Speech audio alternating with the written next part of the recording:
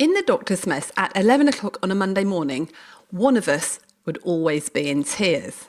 And it would have been the one of us who started our on-call at 8:30am on the Saturday and probably hadn't had any sleep at all over the weekend. And so by the post-take ward round on Monday, we were broken, we were finished. Now, this was, goodness me, I don't know how many years ago, nearly 30 years ago, when we were still doing 120-hour weeks. It was expected. We knew that after a shift like that, we would feel absolutely terrible. But the other night, I had dinner with a good friend who's the clinical lead in a busy hospital. He told me that things are the worst that they have ever been at work, and he was feeling pretty broken. He'd been busy trying to hold everybody together. He'd been asked to get his colleagues to see more patients, to do more activity and save money at the same time. And he said to me, oh yeah, I know it's okay not to be okay, but I just sort of keep wondering why I can't cope. But I'm sort of kicking myself for not doing all the things that I knew I should do. And I said to him, you know what, in the situation that you're in at the moment, frankly, if you were okay, there would be something wrong. Because if you're working in healthcare right now and you're not really exhausted or anxious or on the edge, perhaps you're in denial, or maybe you're just a psychopath. Because we know things are really bad. There's so much uncertainty. We don't have the funding for things that we need, and people are asked constantly to be doing more with less. My friend, well, he felt ashamed for being broken, as though feeling broken was some sort of moral failing. And then he felt stupid and even more shame for perhaps not doing the work that would stop him from feeling broken. And it's this shame that breaks us, believing that we shouldn't find it hard and that we can always sort ourselves out. So in this quick dip, I'm going to look at that cliche, it's okay not to be okay. I don't think it's really that helpful. You know, sometimes it's not okay to be okay. Because that cliche, it's okay not to be okay, I don't think really works for us very well, for all sorts of reasons. And it is what I've heard called a thought-limiting cliche. And I want to flip it on its head. You know what? It's not okay to be okay. Because when things are genuinely awful, feeling fine is a really weird response. And feeling tired and sad and angry, that is the human response. So feeling bad doesn't mean you're failing. It just means that you're actually feeling what's going on. And what's more, it does mean that your nervous system is responding exactly how it's supposed to respond. And pretending that you can cope with it all isn't clever or noble, it's just denial half of the time. And so if anybody is coping perfectly fine in a really, really toxic system, either they've completely numbed out or maybe they're not human. Maybe they are, in fact, a robot. So let's stop gaslighting ourselves and telling ourselves we should be okay when everything is literally going to shit. Now that phrase, it's okay not to be okay, it can work really well for some people, but if you work in healthcare, it sometimes grates a little bit, and this is why it backfires. It is true, but it just seems to trivialise things. It's the thought-limiting cliche. If someone says it to you, you can't go anywhere else with it. But in healthcare, it feels a little bit naive because actually we know it's really important to be okay, especially when you've got these life or death decisions and somebody's life literally depends on you.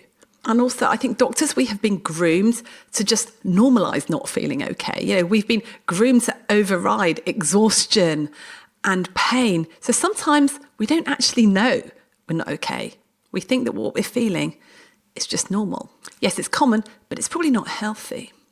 There's all this stuff that goes into our identity, and admitting that we're struggling threatens that identity a little bit, particularly when we have got that superhero fallacy, the belief that actually I can carry on longer than everybody else because I'm a doctor, so why wouldn't I? The other problem with it's okay not to be okay, it gives you permission, but doesn't then give you anything to do with that. So it opens up all that emotion to go, yeah, I'm not okay, but there's then no safe structure to explore that or to go anywhere with it.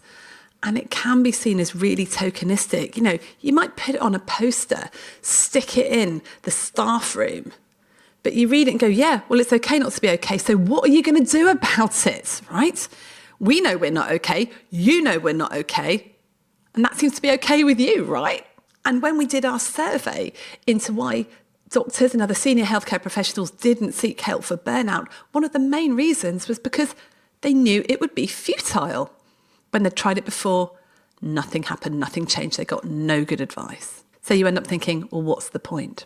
And slogans like that, well, they're missing a lot, aren't they? They're missing depth, and they're missing kindness, and they're missing understanding. We don't need thought-limiting slogans. We need action, and we need mindset changes. And so for many doctors, the message just lands as, we know you're drowning, please don't make a fuss. And what they really need is, you're allowed to be human, we'll help you find a way out of this. So instead of it's okay not to be okay, it's understandable not to be okay. And it would be really strange in this insane toxic system to feel totally fine. And that shifts the emotions out of this shame. Oh, well, I'm not okay. And yes, I am feeling shame about it, but that's okay, to actually dignity, and that, you know what, this is a normal response that anybody would have if they were put into this working environment.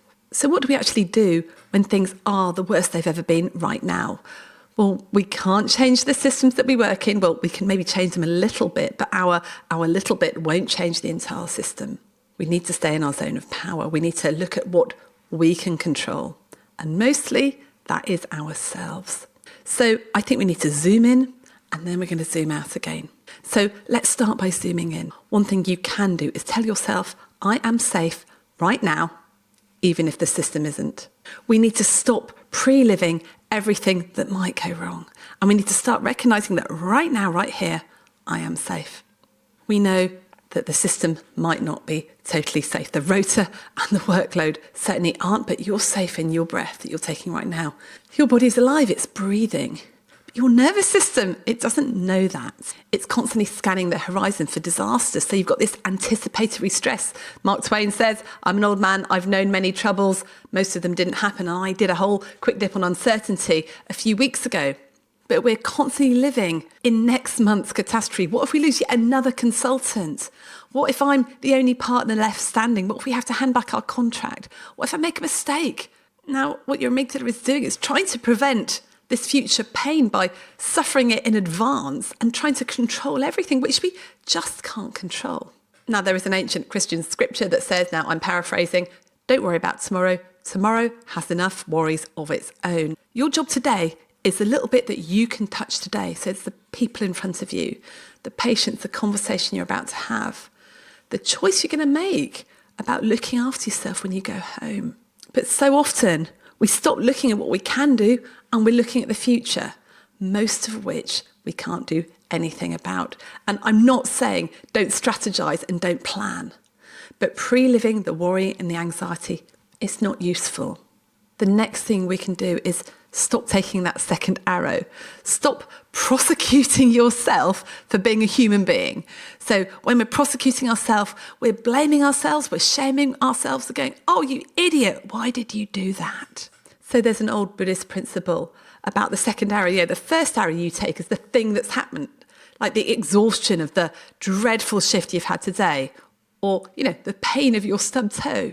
The second arrow you take is the one you do to yourself. Oh, I was so stupid. Why didn't I see that chair in the way and I stubbed my toe on it? Or that load was awful. I just didn't manage my shift very well. I'm so stupid. Why couldn't I cope with it? Well, there's all this unnecessary suffering. You're beating yourself up about it. And doctors and senior leaders in healthcare and people in high stakes, high stress jobs, well, we are Olympic level second arrow shooters. So if we're running late because of the workload, we're going, oh, I'm unsafe, I can't possibly do this. If we're feeling exhausted, we say, I'm weak, why can't I cope? What's wrong with me? If we say no because we're at capacity, we say, oh, I'm so selfish. How could I say that when I'm supposed to be a caring person? Or if I accidentally snap at someone because I'm at the end of my tether, I tell myself I'm absolutely awful. I'm a terrible boss, I'm a terrible colleague. We are so harsh on ourselves and we tell ourselves that we're failing. You're not failing. You're showing a normal human stress response to an abnormal workload. Let me say that again. You are showing a normal human stress response to an abnormal workload. And the suffering is coming from you deciding that your normal response means that you are broken, as opposed to, it just means I'm human. Because of course, look what I'm coping with. And when things go wrong, I really try to say to myself, well, of course you reacted like that, Rachel. Look at what just happened. Look at what you're coping with. Now, it doesn't mean I don't try and change my behaviour, but it does mean I don't take that second arrow and beat myself up the whole time about things. And when things are the worst they've ever been, we need to stop carrying everything and start caring instead. Because doctors, senior leaders, we have this over-responsibility issue. It's one of the overwhelm amplifiers. We feel responsible for everybody and everything, even when it is well out of our control. If we can't do anything about it, you can't be responsible for it, even if your boss tells you you are, or the ICB tells you you are. In reality, if it's not under your control, you can't be responsible. So you can care deeply without carrying. Now, of course, if we go really meta on this, you're not in control of what other people expect you to do either. You're not in control of their expectations or their ideas. You're only in control of what you do. So stuff that is out of your control, we have to just accept it. We can care deeply about it. We can't carry it because literally we can't do anything about it. And in healthcare, we feel really frustrated about that stuff that's outside our control, but we also feel guilty, even though it's nothing to do with us. It wasn't our fault and we can't do anything about it. Again, we've done another quick tip on that. It's all about feeling guilt-ish. And many of us tell ourselves that this over-responsibility, that's real leadership, that's stepping up. But actually, real wise leadership knows where the power and the control ends, where you can't affect any more change. And just saying, I can't do anything about it, and leaving it sounds quite trivial, but honestly, when I've done that, it's been a weight off my shoulders. So stop carrying everything. You can keep caring about it, but if it's not yours to carry, put it down.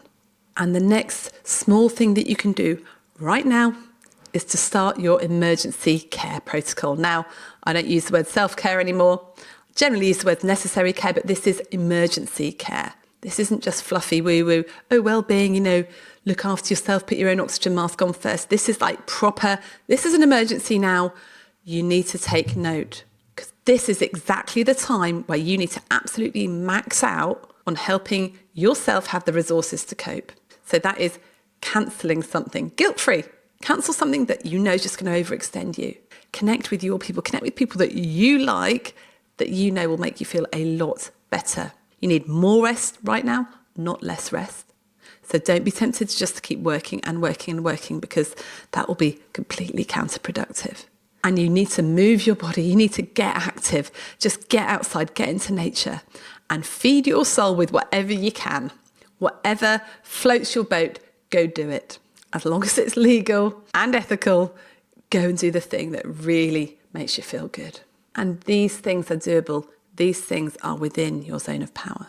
And then finally, we need to talk about hope, because hope is one of those things that I think just goes when things are really, really bad and you can't see them getting any better. And we need some hope that's actually realistic, not just the motivational, positive thinking type hope. Because when everything feels really, really unfixable, you don't need blind optimism. What you need is something I'm going to call grace. Now, I'm not talking about religious grace. I'm talking about real kindness that meets you where you are, that doesn't require anything of you, no conditions. And when you stop fighting against yourself, that's what you'll find. It's when you can breathe out and you can actually take on board the fact that you don't have to earn your right to rest. You don't need to deserve a break to take one. And you're allowed to fail, you're allowed to muck up, and you're allowed to be a work in progress. So this is about kindness to yourself without conditions. Doctors, people working in healthcare, you've spent your whole career extending grace to other people, to patients, to colleagues, to families, treating them with dignity, giving them what they need, even when they might not deserve it. They might not have done anything to deserve it. In fact, they might have done things that put them in that situation, but you still extend them grace and kindness.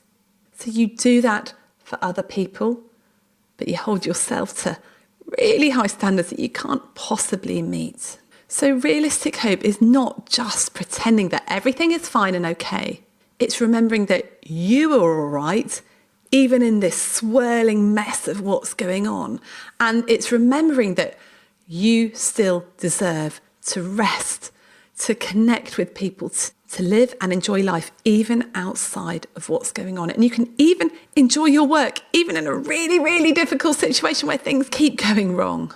And you're held to account for decisions that aren't yours, for targets that nobody could ever meet. And it's this grace and kindness, that's the antidote to shame. Recognising that you're not broken, you're human, and you are worthy of care. Not just when you've done a brilliant job, not when you finally fix the system and fix this mess, but right now, when you're right in the middle of it. So let's take a moment and zoom right out. Now, I am a huge fan of Rob Bell and his podcast, The Robcast, and he's been on You Are Not a Frog a while back now. And another thing that my mate Rob, as we call him in my house, says is that you are part of something bigger. You are. Perspective is often what really, really saves us when we feel like responsible for the whole world and the weight just feels really crushing. Well, you're part of a much bigger story, one that's still being written. And so whatever you're facing, this impossible workload, the horrible complaint, the restructure, the loss, this will pass. Not because it doesn't matter, but because things change, they move on. And every crisis you've been through, you've survived it. Things have shifted, things have passed. And right now it might feel endless. You're stood right inside it. But let's zoom out. Like, this is just one chapter of the whole book. And I think sometimes that perspective brings hope. In Adam Brooks, our local hospital, there's a massive sign at the entrance. It just says, it will pass, whatever it is. It will pass. And you are part of the story of humanity. And when we think about world events and everything that goes on, sometimes it just feels all too much to bear. But everything, this is all part of the story.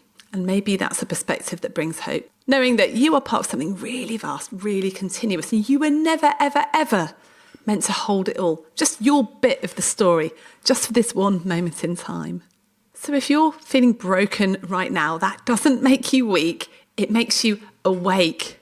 The goal isn't to be okay when things really aren't okay. The goal is to just stop fighting your own humanity.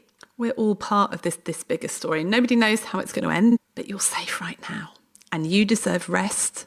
You deserve love and kindness just because you are a human being, not because of anything you've done, anything you've achieved, or even what your job title is. Nobody knows how things are going to end, but you can choose to play your small part right here, right now. And maybe there's somebody who needs to hear this. So share this with someone who's still trying to be superhuman in a system that's working against them. So remind them they're not broken, they're just human. And for me, that's where hope begins.